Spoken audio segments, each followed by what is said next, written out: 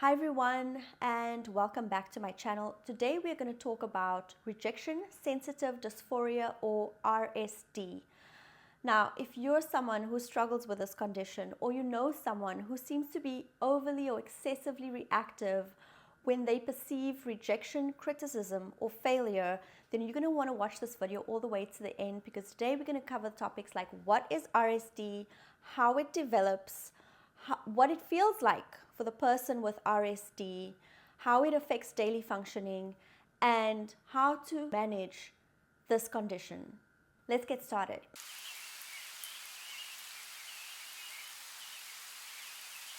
So what is RSD?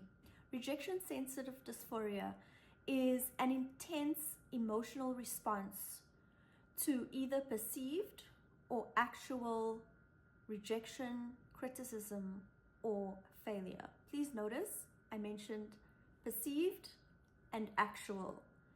So that means that whether the rejection really took place or not doesn't matter. If the person perceived rejection, they may have this emotional response, or the rejection, criticism, or failure actually did happen. Okay, so there's a distinction between the two. RSD is not an official medical diagnosis, but it is often associated with ADHD, autism, or other neurodivergent conditions, or other disorders such as BPD, which is borderline personality disorder, CPTSD, or complex post-traumatic stress disorder, or even PMDD, which is premenstrual dysphoric disorder. These disorders that I've just mentioned often share symptom overlap. So a lot of the symptoms of these disorders are similar in nature. Now, that's not to say that there are specific differences and nuances of each disorder, but it's just very interesting to note that there's a big symptom overlap in these diagnoses. So how does it develop? RSD develops as a combination of biological sensitivities, early emotional experiences, and ongoing life experiences. So let's talk about some of the biological sensitivities. So some people are born with neurobiological differences. So that's differences in the way your brain is wired and the way your nervous system is wired that simply make you more sensitive to emotional triggers. And this condition also deals a lot with emotional regulation and impulse control. In terms of early experiences, childhood trauma may play a role in the development of RSD. So, for example, children who experience emotional neglect, rejection, or inconsistent caregiving may develop RSD. So parenting styles also plays a role. So for children who grow up in environments where there's inconsistent support, where their emotional needs are not being met, where they are faced with constant criticism or feel that their worth is conditional, these kids are more likely to develop RSD and internalize rejection sensitivity. So I'm not going to go too in depth on all the factors that combine to form RSD. I'm just going to briefly mention some of the others here. I've made a couple of notes, so if you see me looking down, I'm just looking at my notes. So some of the other factors include social and environmental factors, such as like peer relationships. Think about bullying and rejection in that sense, romantic relationships, genetic factors, cognitive patterns such as overgeneralizing, catastrophizing, all or nothing thinking.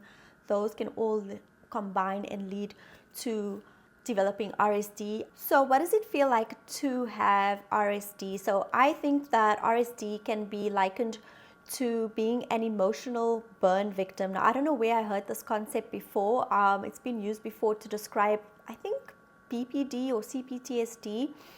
But I think it's a very appropriate metaphor to describe the intensity of the emotional pain that someone with this condition experiences. If you think of someone with an actual burn wound, their skin might be raw and tender, and they may be very vulnerable and may react very intensely to even the slightest touch. And that, speaks volumes to someone with this condition in terms of emotionally, this thin layer of skin that someone with this condition may be perceived to have. So I want to talk about some of the symptoms, and I'm going to divide them into two groups: internalizing behaviors and externalizing behaviors. So internalizing behaviors, as you can imagine, the behavior is targeted inward. So this can be things like intense feelings of sadness, which can lead to depression, shame, and guilt, and high levels of embarrassment. The person could avoid or completely withdraw from social situations so as to avoid any form of judgment, criticism, or rejection. They may spiral into feelings of low self-worth or low self-esteem, harshly criticizing themselves, or indulging in self-loathing or self-hatred. They may believe that they are inherently unworthy or unlikable. So with externalizing behavior, where the behavior is targeted outwardly towards other people, objects, or things, you may see displays of anger, rage, frustration, irritation, or they may indulge in people-pleasing behaviors to gain approval so that they don't have to deal with that feeling of rejection. You may notice sudden mood shifts. They may shift from being extremely happy in one moment to extremely depleted and devastated by a perceived slight or rejection. Of course, this will affect daily life and functioning. So in terms of relationships, the person finds it really hard to receive constructive criticism in relationships, which leads to feelings of insecurity. In work or school, they find it hard to take feedback because everything's taken so personally as a personal attack. They may indulge in procrastinating to avoid failure, or have perfectionistic tendencies, or find themselves overworking so as not to make any mistakes so that they can avoid criticism.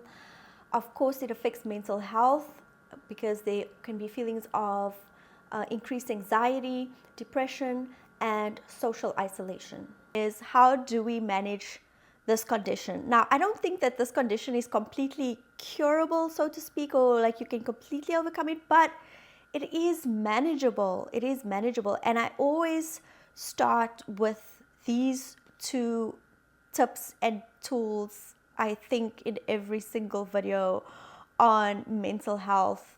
And it can apply to so many other things as well. And that is, number one, awareness, and number two, self-compassion. Without awareness, you don't know what you're working with. Without awareness, you don't have options to choose from. You don't have solutions when you don't know that there is a problem or what the problem is. Then how do you fix it?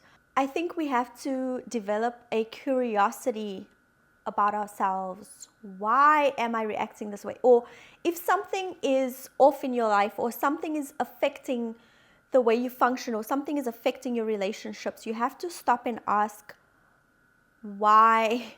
You have to get curious about it, right? And in getting curious, you start asking questions. You speak to people, you do some research, you start opening yourself up to what is happening with me. And this is how you start gaining self-awareness. So awareness, awareness, awareness. Awareness is like always the first step in helping yourself. Become aware of what the problem is. Then you will know the steps to take to fix that problem, right? The second step is always, for me, self-compassion. Showing yourself compassion. Nobody wants to have this condition. Nobody wants to feel like their little kid overreacting to every little slight, to feel like they're on an emotional roller coaster every time the wind blows, every time someone says something. Nobody wants to feel like that, right? And so highly likely, highly probable that if you have this condition, then you are also your own worst critic. Am I right? You are your own worst critic.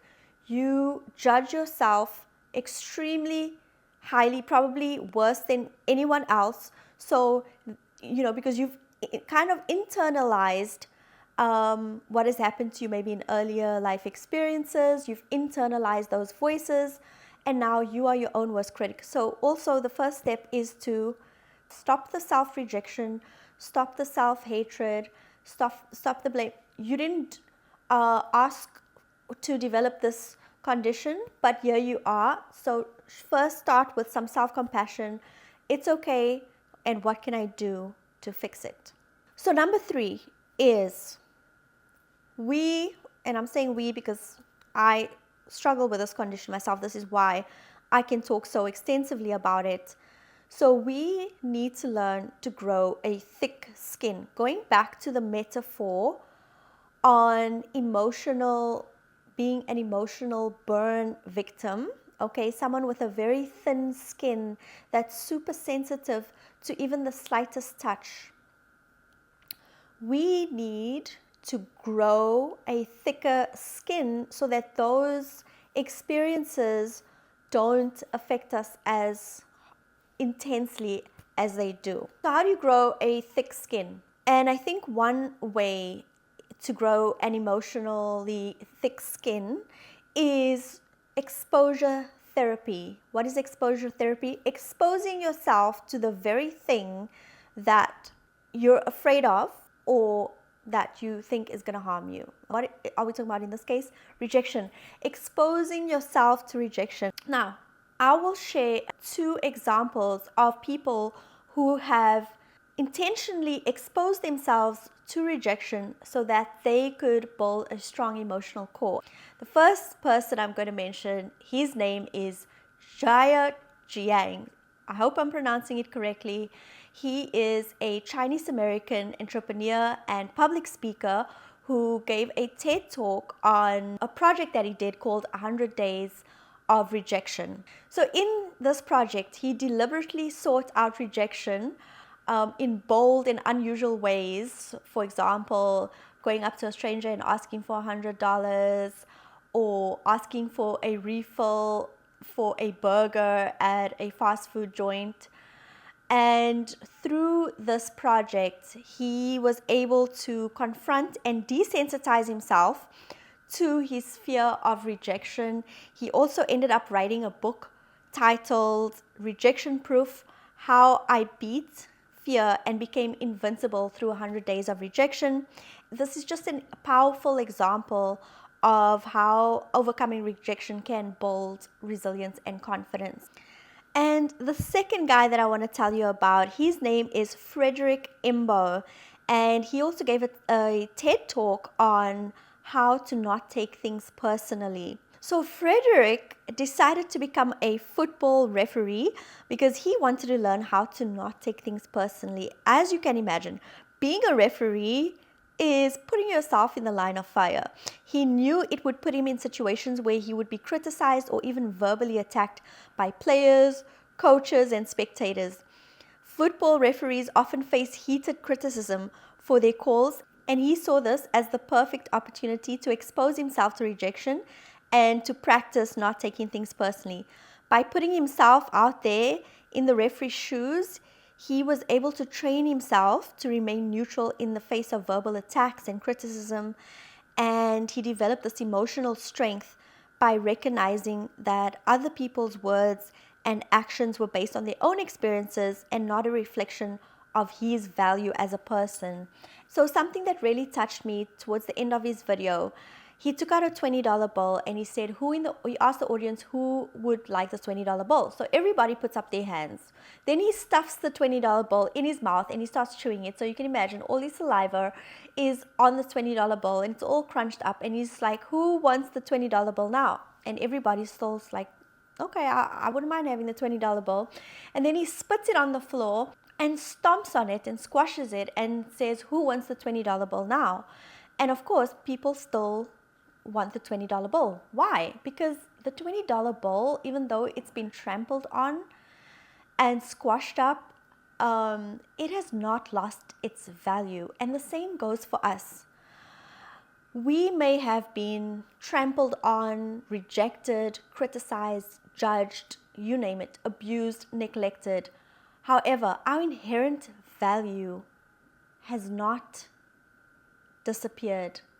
Those experiences do not define who we are. We still hold that inherent value. We are still worthy.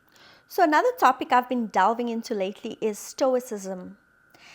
And I'm not going to get into the history of Stoicism and all that it encompasses, but one of the 4 cardinal virtues in Stoic philosophy is temperance.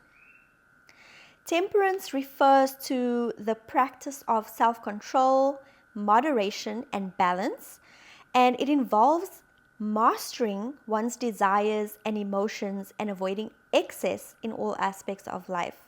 So I think this really applies nicely to a tool that could help manage emotional regulation and emotional reactivity in RSD. I have made an extensive video on emotional regulation. If you want to learn to self-regulate or regulate your emotions, do check out that video. I'll leave the link above and below in the description. Another core tenet of Stoicism is learning to focus on what you can control and letting go of what you cannot.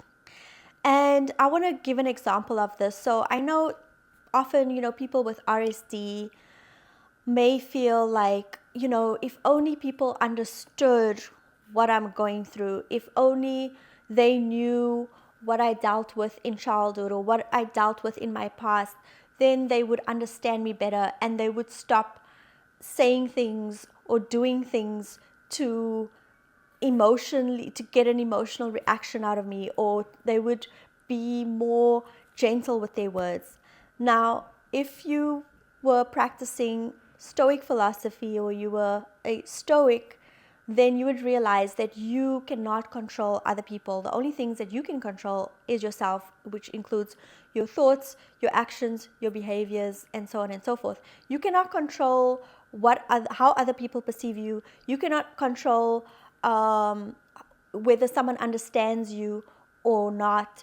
You cannot force someone to be curious about your past or care about how you got to be like this. That is out of your control. So in practicing Stoic philosophy, realize that you can control you, and that means learning to toughen your skin if you want. Again, I want to mention that any and all of these solutions on how to manage RSD are simply options. They are not prescriptive. Please remember that. They are not prescriptive. They are simply options and tools that may or may not work for you, that you may or may not want to try. It is up to you whether you want to build a tough skin or not. It is up to you if you want to maybe balance your sensitivity with toughness. Realize that choosing any of these options is not wrong or right, but that each option does come with different outcomes and different consequences. So with freedom comes responsibility. Your choice, your responsibility for the outcomes of those choices.